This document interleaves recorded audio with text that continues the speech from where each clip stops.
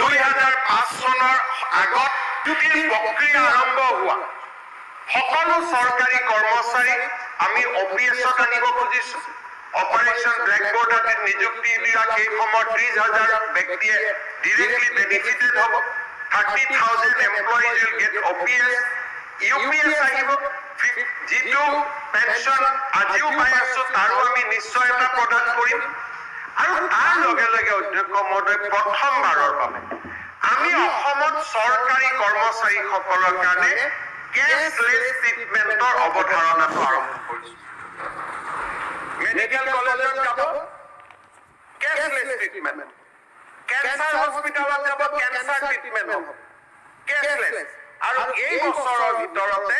মাদ্ৰাজ দিল্লী কলিকতাটো তিনিখন ডাঙৰ হস্পিটালত আমি কেছলেছ ব্যৱস্থা আনাৰ বাবে আমি প্ৰচেষ্টা কৰিম চৰকাৰী কৰ্মচাৰীসকলে এতিয়া কোনোবা এজন মানুহৰ বেমাৰ হৈছে তেওঁ দিছপুৰত ফাইল উভতিব নালাগে নিজৰ আই কাৰ্ডখন লৈ গৈ তেওঁ হস্পিটালত ট্ৰিটমেন্ট কৰিব পাৰিব আৰু সেই নহয় NHM SSM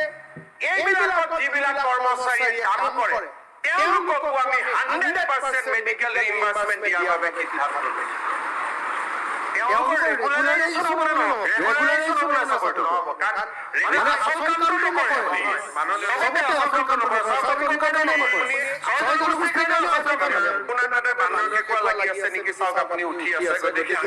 অধ্যক্ষ মহোদয় যিজন মানুহৰ নিযুক্তি কন্ট্ৰেকচুৱেল হয় সেই মানুহজনক ৰেগুলাৰ আমি কেনেকৈ কৰিম কাৰণ ৰেগুলাৰ বুলি এডভাৰটাইজ কৰিলে তেতিয়া আৰু বহুত চোকালৰ আবেদন কৰিলে এপইণ্টমেণ্টৰ সময় যিটো হ'ব সেইটোৱে কৰিব লাগিব এইবাৰো আমি টেটৰ বিচাৰক ৰেগুলাৰাইজ কৰিছো by calling them for another interview